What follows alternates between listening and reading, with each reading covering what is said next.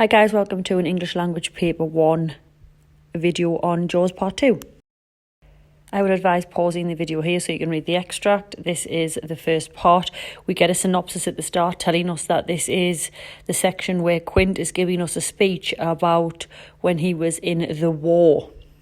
And we see there in the blurb that they unfortunately are in the water at night off the USS Indianapolis because they are sinking, and naturally that night they are attacked by sharks. So this is not what we would normally expect of Jaws. We would just expect a single great white shark to be causing a fuss, but here it's slightly different, so make sure you read that section. Part 2 of the extract is here. Again, pause the video, take a close look at sentence types, what we are introduced to, the language that describes the sharks, and conversely the language that describes the people and the soldiers in the water. And part 3 of your extract is here. Again, look at how the extract ends there. Make sure you've paused the video, take notes of the language and the structure, and I'm going to break it down for you now. Okay, so just a quick activity to get you thinking about what we associate with sharks, and then the actual translation of the shark, I'll never pronounce that, is derived from sharpen and teeth. So that's interesting. Okay. Question 2 says, how does the writer use language to create a feeling of fear? And this is the extract we're given. So to help you out, I've underlined a couple of things in red. So you should have read the extract. So I've underlined lifeless eyes, black eyes, and like a doll's eyes. So in there we want to be looking at the adjective lifeless, the adjective black, and then the simile like a doll's eyes, and how that instills fear in the reader. Also, what we want to do, look at it doesn't seem to be living. Again, the repetition of black eyes that then become white.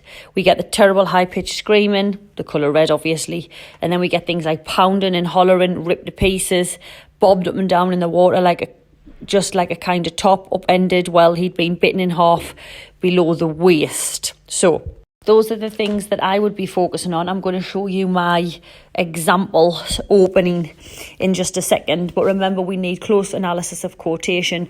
Where possible, we want to offer an alternative interpretation, and we want to hone in on single words.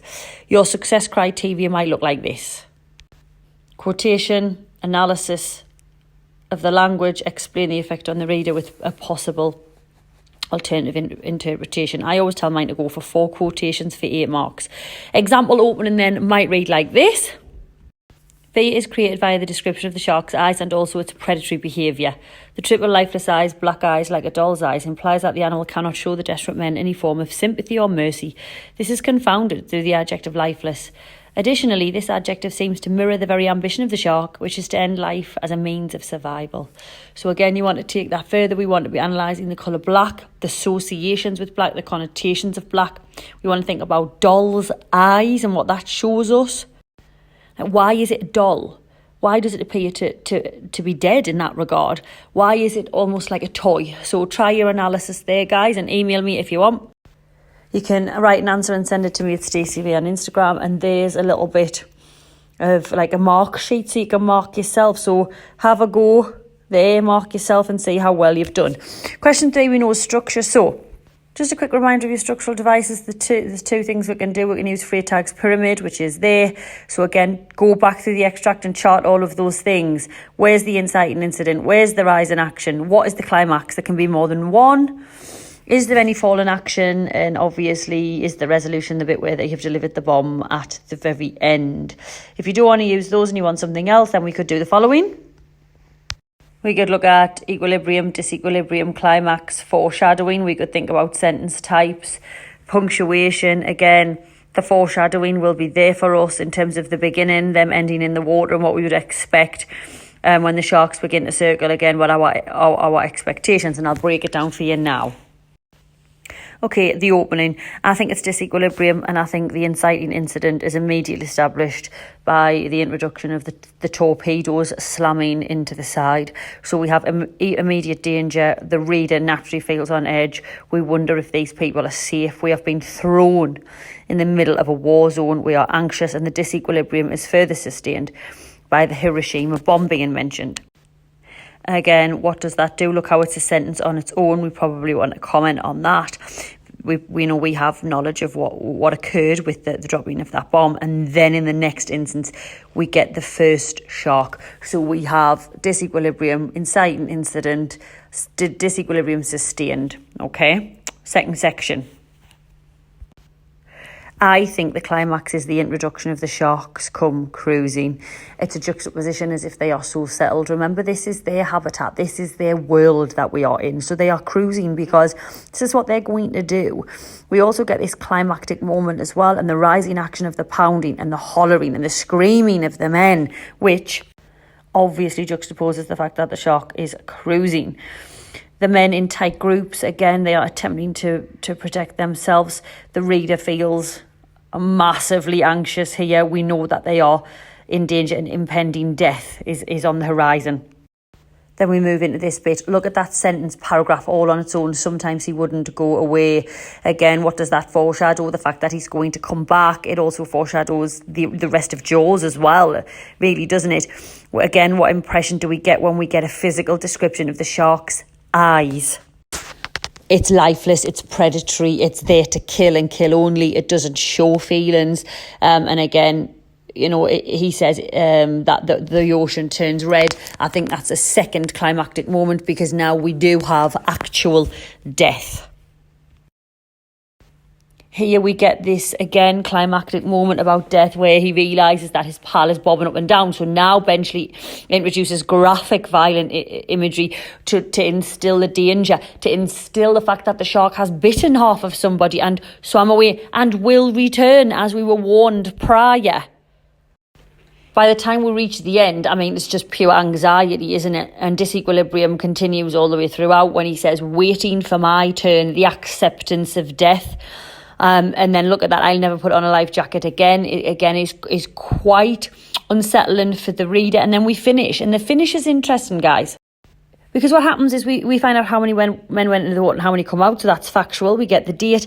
And then we get the delivering of the bomb. But look, anyway, we delivered the bomb as if it's like simultaneously happening, as if it's the same kind of seriousness being implored onto the reader. It's almost as if he's saying, well, it doesn't matter that all of us were in danger, because actually what we've done here is we have completed the mission. And then we wonder as readers if it was worth it.